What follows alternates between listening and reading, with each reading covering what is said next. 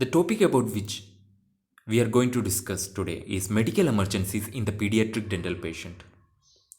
Introduction.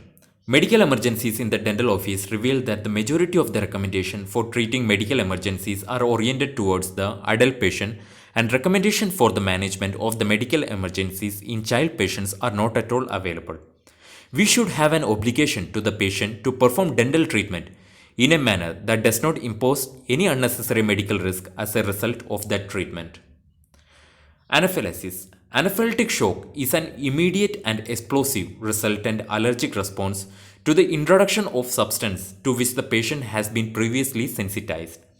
Reaction can occur immediately after the administration of offending drug or can be delayed up to 2 hours following oral administration.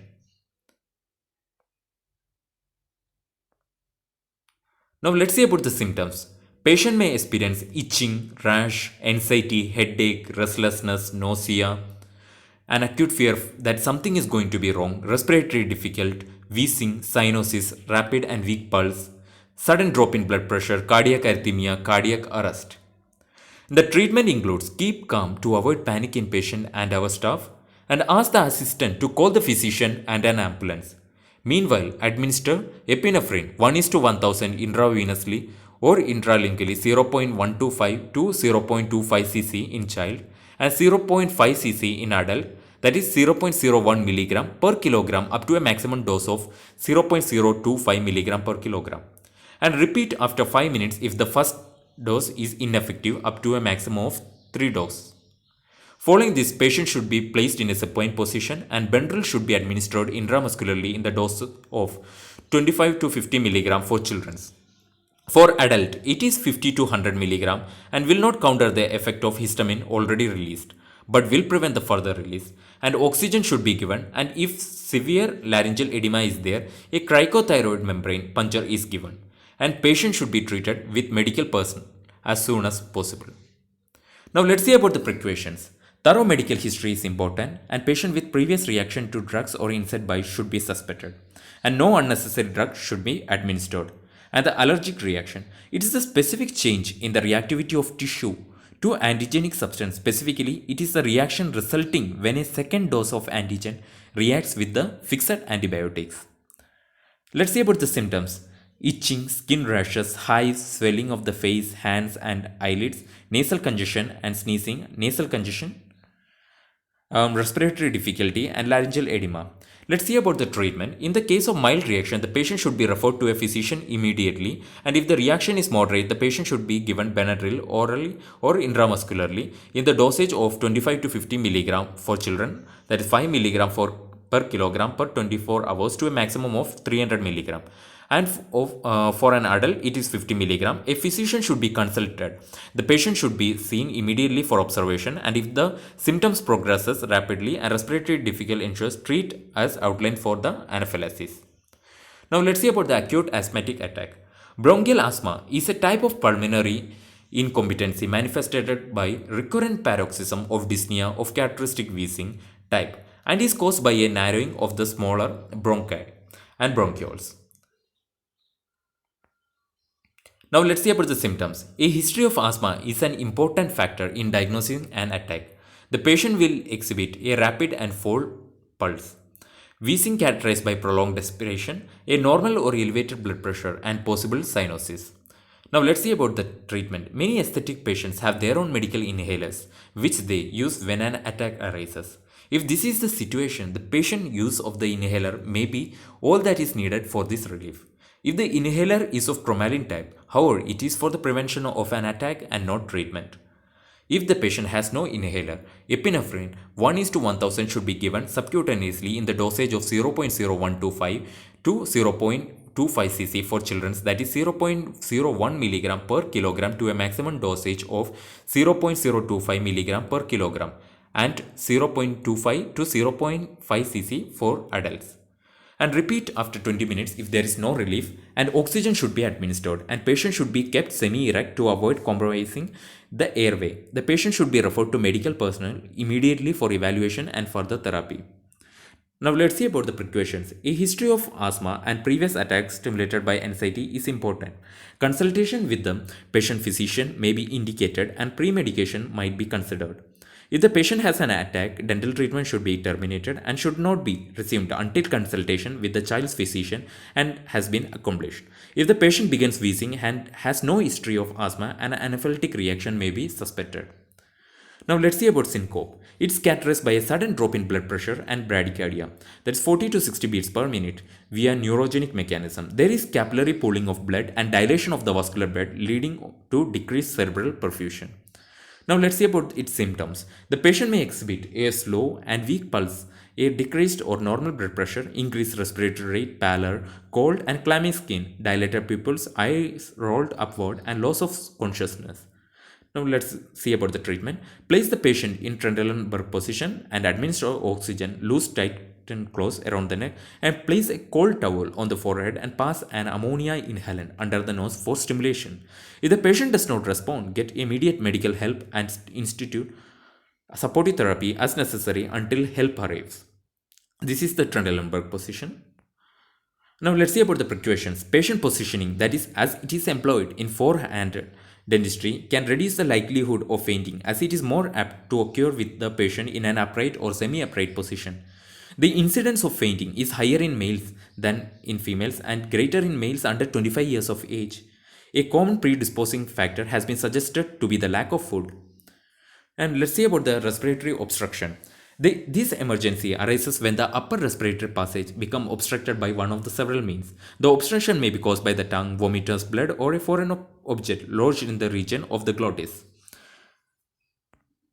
Now let's see about the symptoms. If an object or foreign material becomes lodged in the oropharynx, the patient attempts to dislodge the object will be manifested by choking, coughing, and wheezing.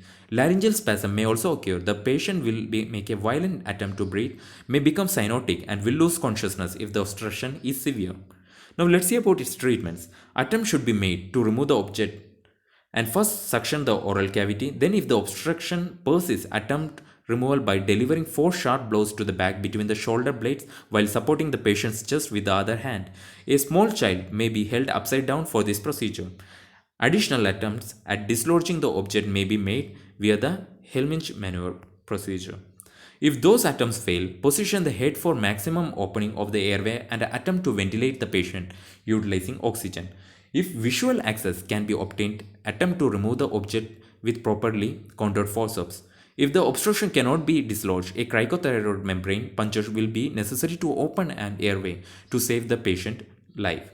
If the foreign body passes, the patient must be referred immediately for radiographic examination to determine the location of the object and for immediate treatment if the object is found to be in the lungs. Now let's see about the epileptic seizures. It's an intermittent disorder of the nervous system, presumably caused by the sudden discharge of cerebral neurons, resulting in an almost instantaneous disturbance of sensation, loss of consciousness, and convulsive movements. Now let's see about its symptoms. Many epileptic patients will experience an aura of impending seizures. Grand mal seizures are characterized by clonic-tonic convulsions, loss of consciousness, oozing of saliva from the mouth, incontinence, and cyanosis. Petit mal seizures are usually characterized by a trance-like state with a lack of motor disturbances. Now let's see about its treatment. If the patient has an aura of impending seizure or if a seizure begins, place the patient on the floor away from the equipment and instrument to avoid injury to the patient. Restrict clothing should be loosened and adequate airway should be maintained, and the patient should be allowed to rest after the seizure terminates. The patient may experience irritability and confusion upon regaining consciousness and should be observed until there is a return to a normal state. The dental treatment should be discontinued for a day and the patient should be escorted from the office by a responsible individual and evaluated by a physician as soon as possible. If the seizure is prolonged 4 minutes or more, immediate assistance is needed and intravenously Valium 5 mg increment may be necessary to terminate the seizures. Now let's see about the insulin shock. Diabetic hypoglycemia usually occurs in a patient who has a history of diabetes. The reaction is the result of net excess of insulin due to either due to an over-administration of insulin or to the patient not having eaten properly, perhaps having skipped meals. Now let's see about its symptoms. There is usually a history of diabetes, and a history of events of the day may indicate a potential problem. The patient may have a rapid pulse, a normal or decreased blood pressure, and an increased respiratory rate with shallow respiration. The patient may be hungry, experience dizziness and weakness, mental confusion, disorientation, and irritability. Severe reaction include nausea and vomiting, delusion, aphaxia, ataxia, and loss of consciousness would be there. Let's see about its treatment. With a patient history of diabetes and a determination that the patient is not acting properly or normally and seems to be out of sorts, the pediatrician should administer oral sugar in whatever form available. A recommendation is a commercially available concentrated glucose solution, that is glucose. If the patient has lapsed into unconsciousness, which is rare in the dental office, 50% dextrose should be given intravenously, and 20 to 30 cc for children and 50 cc for adults. Precaution. Diabetes should be questioned as to how they feel and whether or not they are controlled. If the patient is controlled, it should be determined if the proper routine has adhered to. If the patient is an uncontrolled diabetic or seems to be reacting strangely, treatment should be postponed until the patient has been evaluated and cleared by his physician for his treatment. Now let's see about the diabetic acidosis. The opposite reaction to the diabetes with inadequate insulin is ketone production, which give rise to ketosis, clinically manifested as diabetic acidosis. The diabetic patient with an infection, example acute dental abscess, is more susceptible for this type of infection. Now let's see about the symptoms. Following symptoms take a relatively long period of time to develop, and the chance of sudden development in the dental office are quite rare. Along with a history of diabetes, the patient will exhibit excessive thirst, frequent urination, malaise, loss of appetite, acetone, fruity smell, and nausea. In later stages, patient experiences vertigo, abnormal deep respiration, finally lapses into coma. Now let's see about its treatment. If the above symptoms are present after questioning a diabetic patient, the pediatrician should refer the patient immediately to the medical personnel. The patient should be kept warm and placed in a supine position and given oxygen. Supportive therapy should be carried out as necessary. Now let's see about the drug toxicity. The patient undergoing symptoms manifested as a result of overdose or excess administration of a drug. Complication depends upon a sufficient concentration of the drug in the bloodstream resulting from inadvertent injection intravascularly as a greater than the body's capacity for neutralization or elimination of the drug, or the administration of too large a dose. Example, the toxic dose of xylocaine for an adult is 300 to 500 mg, and for the child it is 3.5 mg per lb, or approximately 100 mg for a small child. Now let's see about its symptoms. General symptoms are excitement of central nervous systems, are apprehension, anxiety, restlessness, confusion, tremors, rapid breathing, increased blood pressure and heart rate, and visual disturbances. Symptoms of the depression stages are stupor, unconsciousness, convulsion, inefficient respiration, progression to respiratory failure, cyanosis, weak and rapid pulse, a drop in blood pressure, and finally peripheral vascular collapse. Now let's see about the treatment. Place the patient in a supine position and suction the mouth and throat. Administer oxygen, for this may prevent occurrence of severe symptoms and allow the body to metabolize the drug excess. Get medical help as soon as possible. The following emergency situation may occur as a result of dental treatment. However, with adequate medical history records, the pediatrician should easily recognize their possibility and with the proper medical personnel. Most often, patients with the potential risk listed below should be treated in an environment where immediate and specialized medical attention can be obtained, and the patient can be monitored closely before, during, and after the treatment. Now let's see about the angioneurotic edema, non-hereditary type. This form of giant urticaria is characterized by local painless swelling of subcutaneous tissue or submucosal tissue of various parts of the body. The past history will include various prior episodes and proof of drug allergy. Now let's see about the symptoms.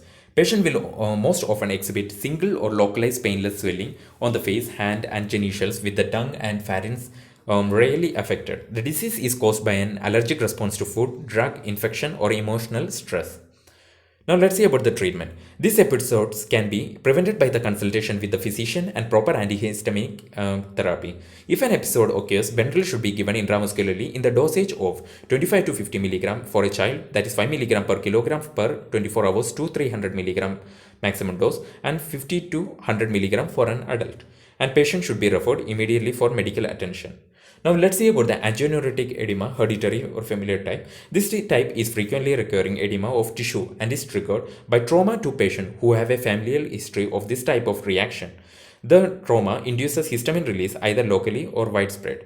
Now let's see about his symptoms. A good history can alert the dentist to the possibility, and precaution can be taken via consultation with a physician and close cooperation with the medical facilities.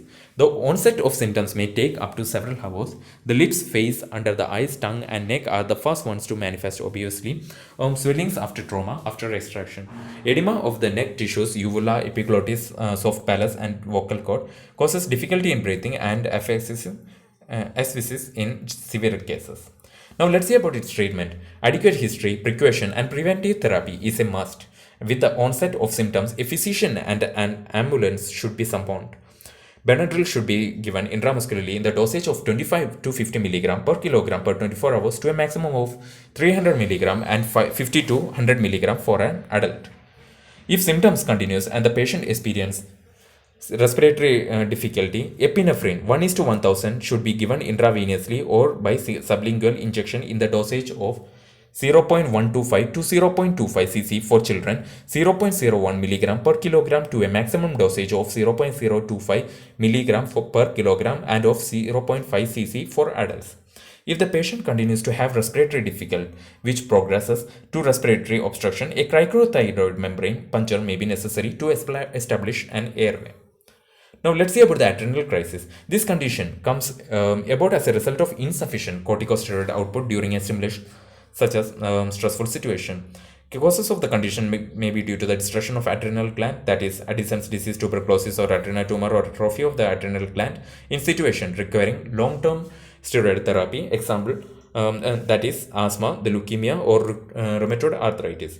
Consultation with the physician for the maintenance dosage of steroids for dental treatment is necessary before any treatment is performed. Advantages to perform the treatment in an environment where immediate emergency medical assistance is available. Its symptoms are inadequate medical history and history of past episode should be alert the dentist to potential problems. During a crisis, the patient will exhibit weakness, pallor, perspiration and a weak and rapid pulse. A severe reaction can progress to hypotension and cardiovascular collapse. Now let's see about the treatment. Administer oxygen and supply necessary supportive therapy while an assistant phones for medical help and an ambulance. A trained practitioner can inject decadone, dexamethasone sodium phosphate intravenously or intramuscularly in a dosage of 1 to 4 mg for children and 6 to 10 mg for adult. The treatment of patient with a history of angioneuritic edema or adrenal insufficiency due to pathological changes or chronic steroid therapy might best be performed in a hospital setting where immediate emergency help is available. Now let's see about the conclusion. Patient is obligated to have the necessary equipment, drug and knowledge to provide immediate and proper emergency therapy when a medical emergency arises in the office. Practice sections on medical emergency procedures are imperative so that each person is responsible for a designated procedure and knows when it has to be performed. Always remember, the best form of emergency therapy is prevention, plus it is important to have a manual on the treatment of potential medical emergencies. In addition, a quick reference on emergency therapy should be readily available. Thank you.